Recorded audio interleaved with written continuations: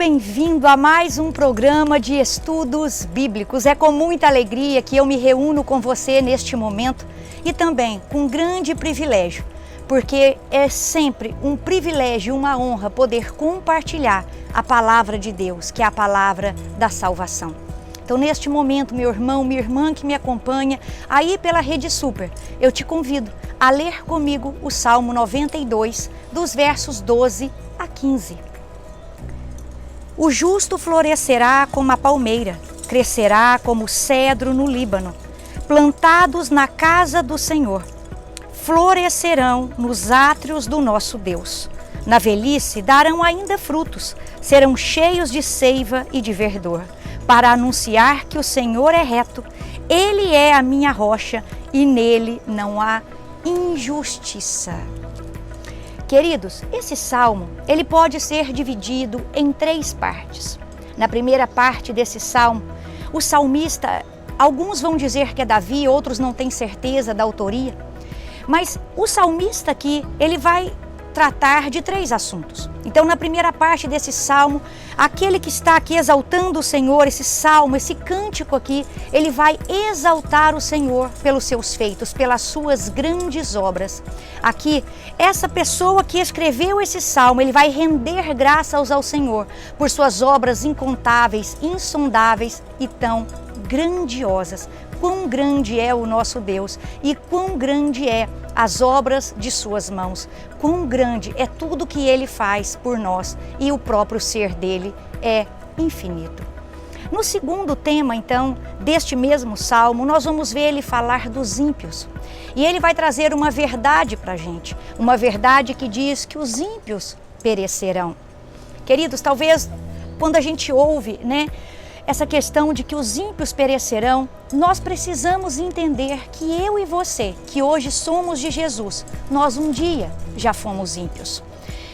Por isso, ímpio na Bíblia é aquele, queridos, que está ali obstinado no seu coração, seguindo a sua própria vontade, seguindo o seu próprio entendimento, está ali rejeitando o Senhor, está ali seguindo o seu próprio coração. O ímpio, por mais que a palavra chegue até ele não abre o seu coração para o Senhor, ele está com o seu coração endurecido. O ímpio não se arrepende das suas más obras, o ímpio não se volta para o Senhor e não aceita o favor do Senhor. Por isso, ele é ímpio, E o ímpio, diz a Bíblia, perecerá. Mas eu e você, como eu estava a te dizer nesse momento, nós já fomos ímpios. A Bíblia diz que nisso consiste o grande amor de Deus, que Ele nos amou, sendo nós ainda pecadores. E Romanos também vai nos dizer que eu e você éramos inimigos de Deus, mas fomos, queridos, feitos justos ali por causa do seu Filho Jesus. Então, nós quando olhamos para um ímpio, nós temos que ter misericórdia, orar por aquela vida para que o Espírito Santo toque nele, porque a Bíblia nos garante em João que todo aquele que confessa os seus pecados, a Deus, ele ali, queridos, limpa-os de toda injustiça. E a Bíblia também fala que dos nossos pecados, esse grande Deus, esse grandioso Deus, esse misericordioso Deus, jamais se lembrará dos nossos pecados, quando nós confessamos os nossos pecados em arrependimento verdadeiro a Ele. E um terceiro tema também, que aqui, queridos, vai tratar, é da questão dos justos. Ele vai dizer que os justos serão como a palmeira, eles florescerão e crescerão como o cedro no Líbano.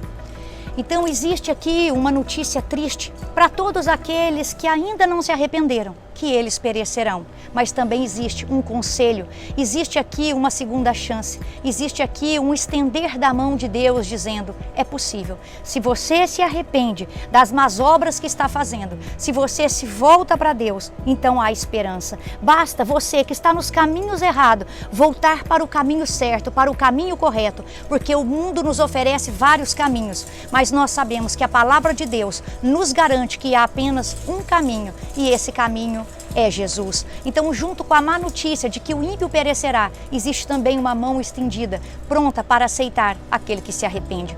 Mas eu e você, que já somos do Senhor, há uma promessa para nós, há uma promessa de crescimento, há uma promessa de florescermos, há uma promessa de permanecermos. Então é esse o primeiro ponto que eu gostaria de tratar. Os justos florescerão. E é interessante porque aqui nesse salmo ele vai nos comparar a uma palmeira. Queridos, você sabia que a palmeira, ela dura vários anos? Ela vai crescendo, ela passa por um processo de crescimento, mas é um processo dela e ela é conhecida porque ela tem uma longa vida. E dia após dia a palmeira se fortalece, dia após dia ela vai ganhando estatura. E aí então ali, porque ela se fortalece a cada dia, ela tem essa longa vida, queridos, diz que essa palmeira ela está preparada para diversas circunstâncias. E os justos são esses que florescerão, independente dos ventos contrários, porque nós nos fortalecemos e prosseguimos em crescer diariamente, espiritualmente e na intimidade com o Senhor nos fortalecendo. Nós permaneceremos quando essas circunstâncias adversas vierem contra nós. Mas o salmista aqui não fala apenas da palmeira, o salmista aqui também fala sobre que nós cresceremos como o cedro do Líbano. Eu estou aqui no Líbano gravando esse estudo para você e você vai ver aí algumas imagens do cedro. Queridos, é tão bonito como esse cedro ele é plantado. Ele é plantado ali e nos primeiros anos de vida dele, nos primeiros 3 anos de vida dele, a raiz cresce para baixo, né? A raiz ela vai crescer 1,5 metro para baixo. E nesses 3 primeiros anos ele só cresce 5 centímetros para cima. Então primeiro ele tem um processo de aprofundamento, de firmamento, né? Ali de fortalecimento. E só depois então, queridos, de 4 anos é que ele começa a crescer para cima. Então, num primeiro momento, na caminhada do cedro, aí nesse processo de crescimento dele, os frutos não vão ser visíveis. Mas quando ele começa a crescer, queridos, logo todo mundo verá o seu crescimento e verá também os seus frutos. E essa é, queridos, uma das árvores mais fortes que tem. O Salmo 104 diz que ele foi plantado pelo próprio Deus. Você sabia que na antiguidade, o cedro foi usado não só pelo Egito, mas pelas aquelas colônias também fenícias no Mediterrâneo, porque essa madeira aqui era imperecível.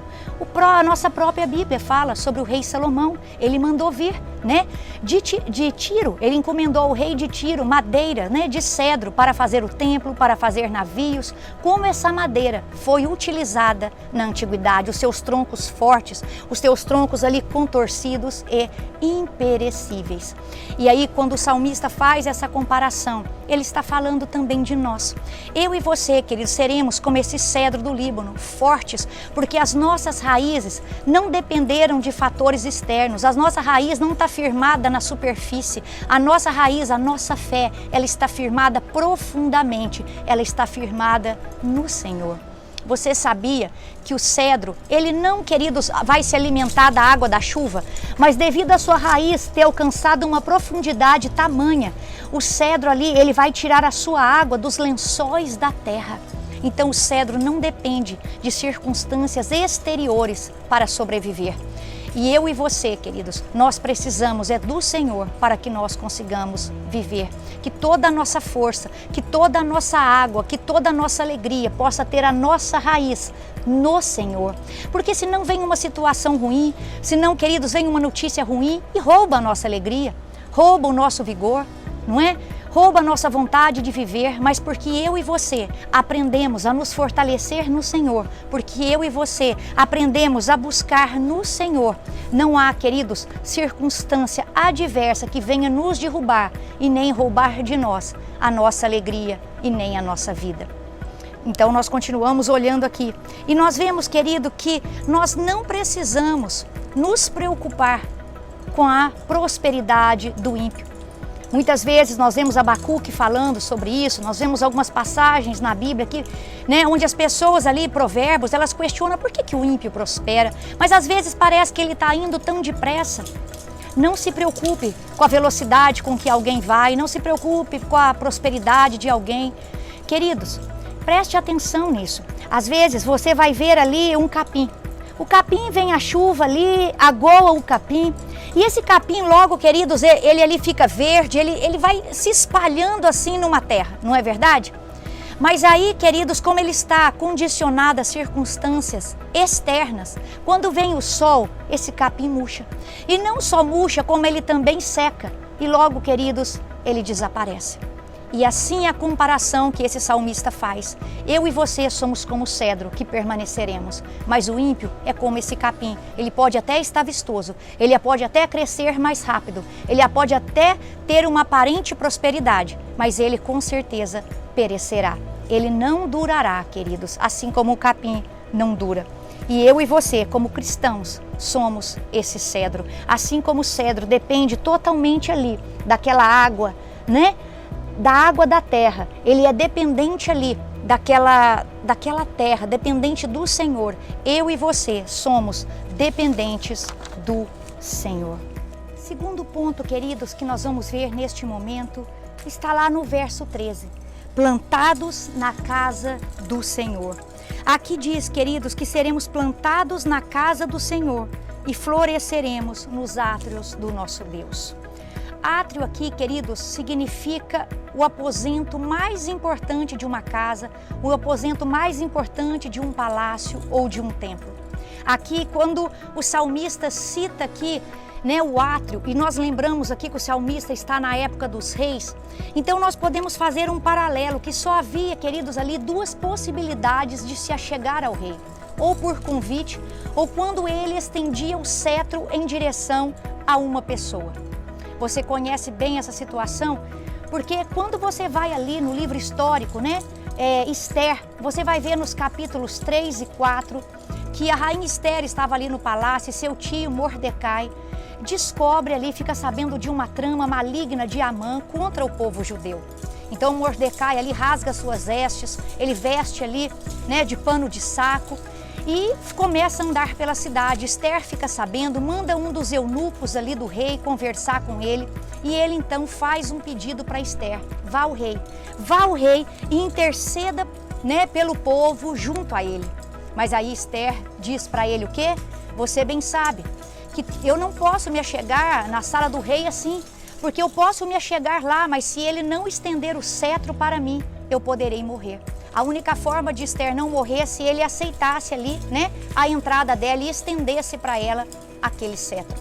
Aí a mãe então diz para ela assim: então você acha que por estar dentro do palácio você se livrará? Quando matarem os judeus, você também é uma judia e estará no meio deles. Então Esther ali, meio que naquela hora, né, cai na real. E ela diz: olha, então faz o seguinte, eu vou até o rei, mas peça ao povo que jejue por mim. Eu e minhas escravas também iremos jejuar.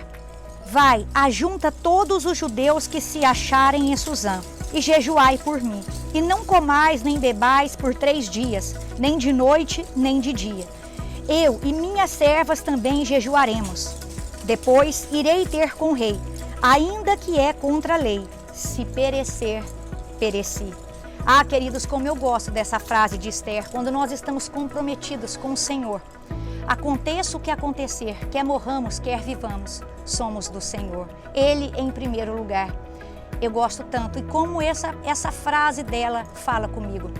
Eu e você precisamos, queridos, ter isso no nosso coração. Quer vivamos, quer morramos, somos do Senhor. O Senhor é tudo de mais precioso que nós temos nessa vida. Não é a nossa vida, né, mais preciosa para nós. Deus é mais precioso do que tudo para nós, inclusive mais precioso do que a nossa própria vida.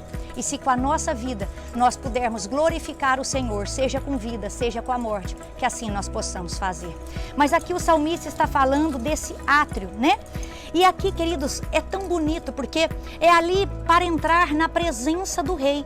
E aqui quando ele fala que eu e você, nós floresceremos nos átrios do nosso Deus, nós viveremos na casa do Senhor, isso quer dizer que nós já temos livre acesso à presença do Senhor. Eu e você estamos na casa do Senhor.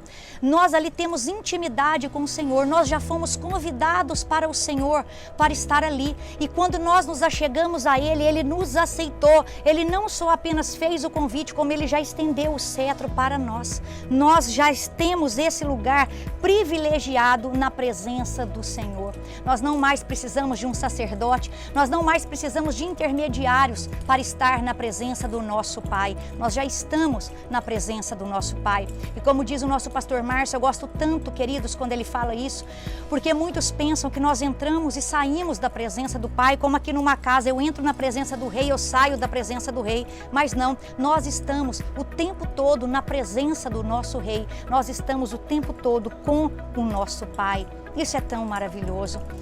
E que privilégio eu e você desfrutamos, querido. Não é? Isso é um descanso. Toda vez que eu preciso conversar com Ele, Ele está aqui para me ouvir. Eu não preciso marcar a hora. Ele não tem uma agenda para me atender. Ele está aqui com o ouvido para me ouvir, com as mãos estendidas para me abraçar 24 horas do dia. Como isso é confortante, como isso nos dá aquela sensação de que nós não estamos sozinhos, mas a todo tempo, ainda que você não veja, Ele está aqui do nosso lado. Queridos, e guarda algo no seu coração, o fato de você não ver não quer dizer que Ele não esteja. Sabe, eu gosto tanto de uma frase de Jacó, quando ali em Gênesis, ele acorda do seu sonho e ele diz assim: verdadeiramente o Senhor estava neste lugar e eu não sabia. O Senhor sempre está ao nosso redor, o Senhor sempre está conosco.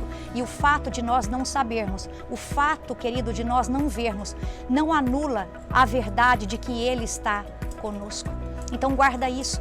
Isso dá pra gente uma tranquilidade, isso dá uma proteção, mas também dá um temor. Tudo que você for fazer, lembra, queridos, que Ele está do seu lado. As pessoas podem não estar te vendo, mas Ele está te vendo. Talvez, você pense, meu pai não ficou sabendo, meu pastor não ficou sabendo. Queridos, quem tem que saber, e Ele sabe, é o Senhor, Talvez você esteja fazendo uma coisa errada, mas o Senhor está vendo. Você não consegue esconder do Senhor as coisas erradas que faz. Ele, os olhos dele estão por toda a terra. Ele está conosco, vendo. E como às vezes, algo errado, nós, através dessa ação errada, desse pecado, nós entristecemos o Espírito Santo.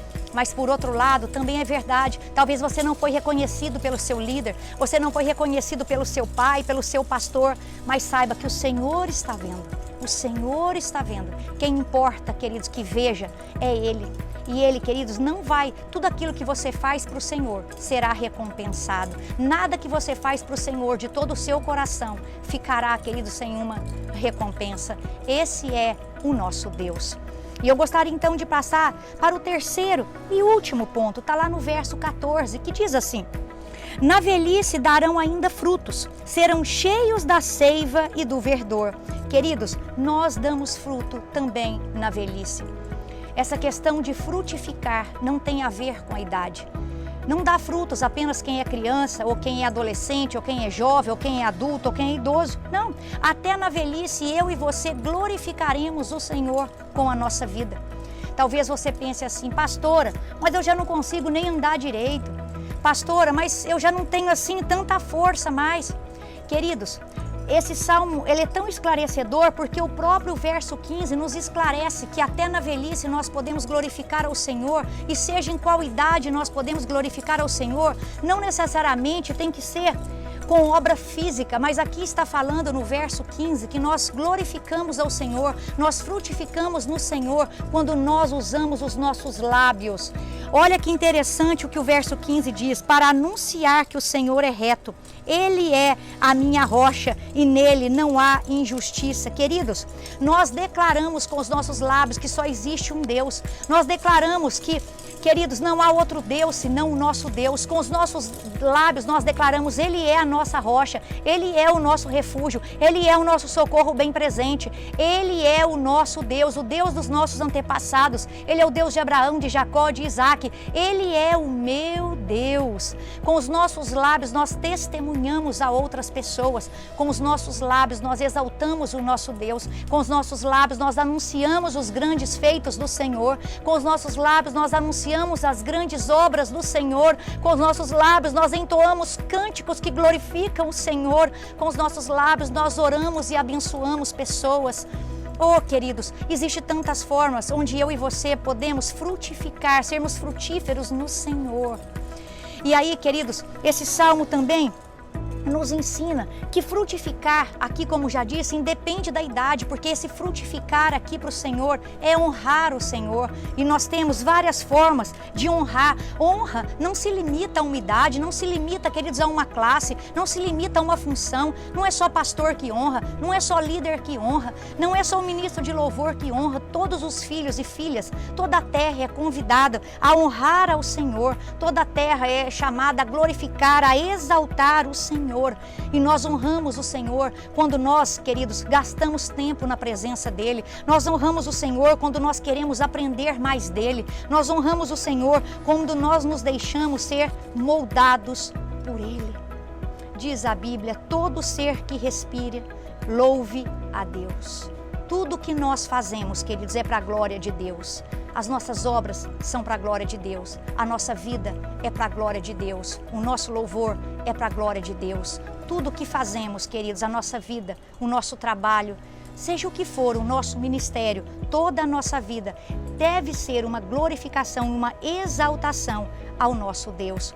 Que eu e você, independente do lugar onde estamos, que eu e você, independente da função que nós exerçamos, que eu e você possamos honrar a Deus em tudo que nós fizermos, que possamos ser gratos a Ele, que possamos louvá-los pelas obras, pelas grandes obras que Ele faz, que possamos proclamar os feitos dEle, seja em Jerusalém, seja na Judéia, seja em Samaria ou até nos confins da terra. Louve ao Senhor na sua casa, proclame o Senhor aí na sua vizinhança, conte aquilo que o Senhor fez na sua vida, conte aquilo que o Senhor escreveu aqui nesse livro sagrado, conte, fale, exalte, use os seus lábios para frutificar no reino de Deus. Neste momento, eu queria fazer uma oração por você.